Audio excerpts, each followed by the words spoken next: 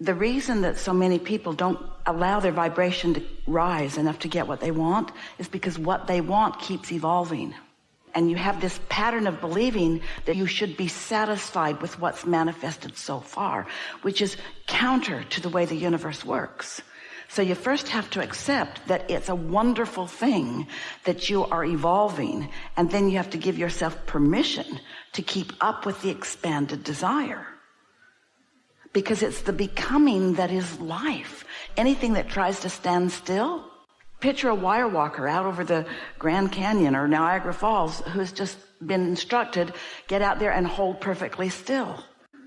You must continue to adapt to the current what isness as you move continuously toward, feel your way continuously toward what you want, which means stay happy, stay happy, stay happy, stay happy, stay happy, stay happy, stay happy. Hell, you crowded in front of me.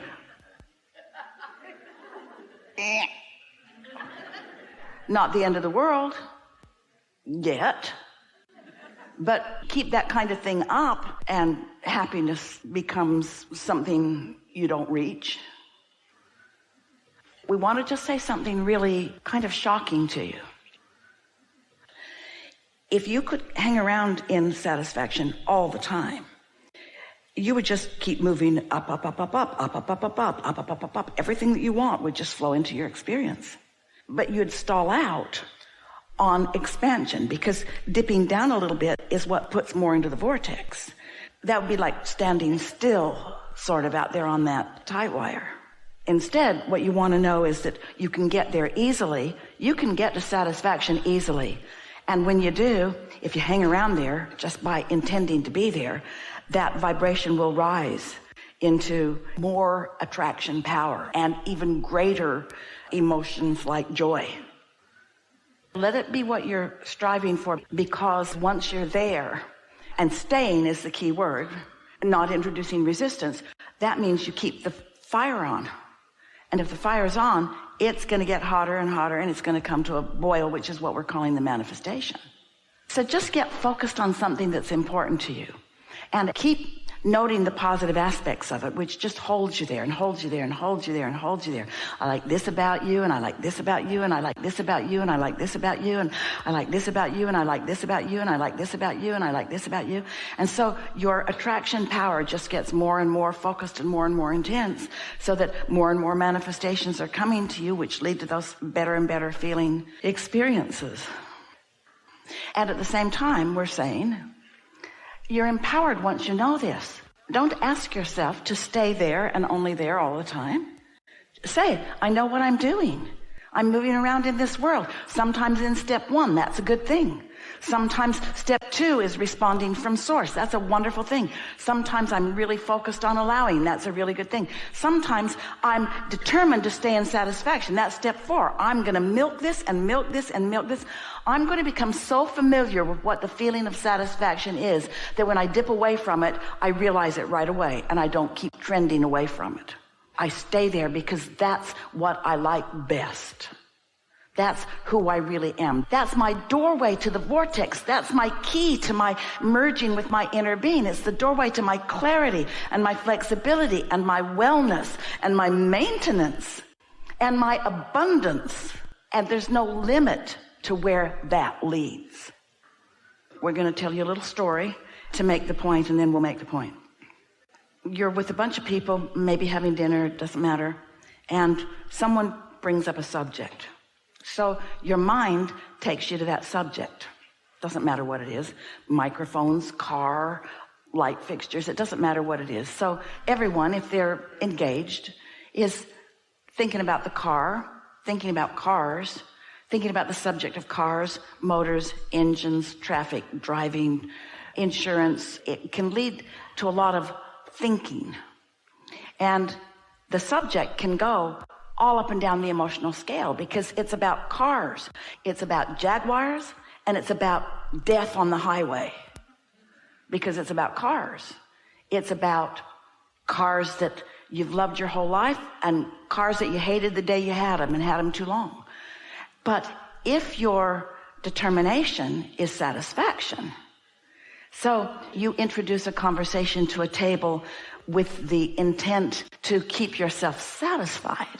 Then you can talk about anything and everything, but you are managing the feeling, which means you're managing the satisfaction, which means you're managing your point of attraction, which means you're happy. Think about how conversations go. You say this, I say this. Most conversations devolve very quickly when a group of people get together because you're not tending to the way you feel. So next time you get together with those that you get together with, before you get there, set an intention that you're going to manage the way you feel. And think about how you like to be with these people and how interesting they are and how much they have to offer and how much you love them.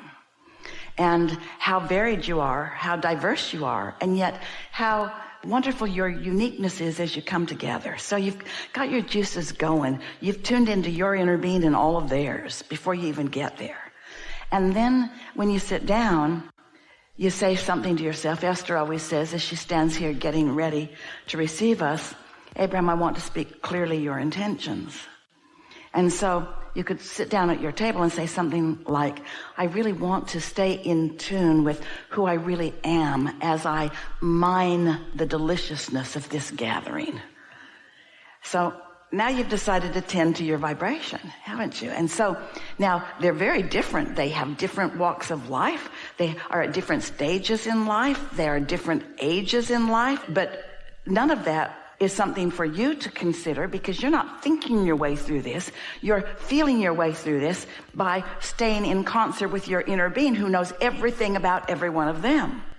So as you manage this vibration, and what you're reaching for is satisfaction, you learn things from these people, about these people that you've never known before. And they start conversing with one another at new levels of understanding until you realize that you are a group of people that have gone far beyond the relationships that you ever experienced before. And not one of you could have done it without all of you. We're all in this together and you feel invincible and you adore them and they adore you. And that's really what living happily ever after is.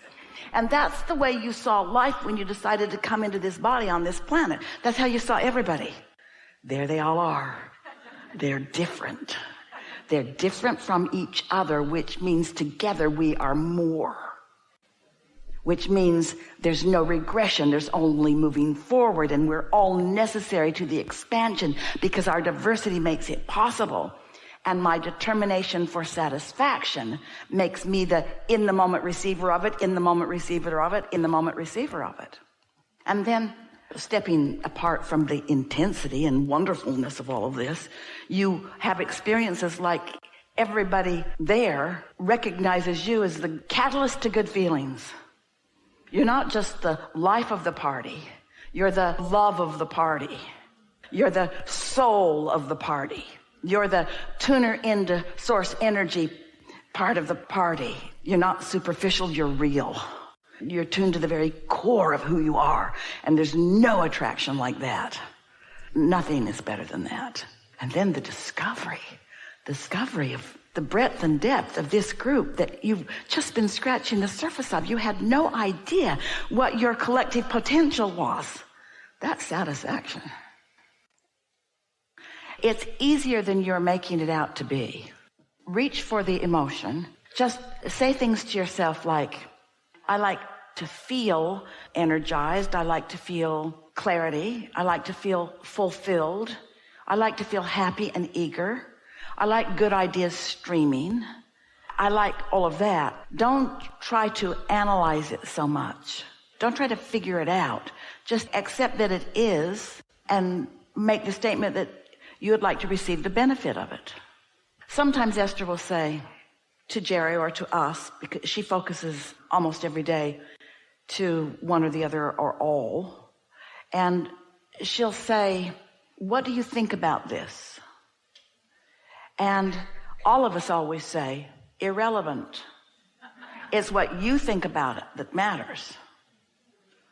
Because what we think about it is everything that she's ever thought about it that she wants.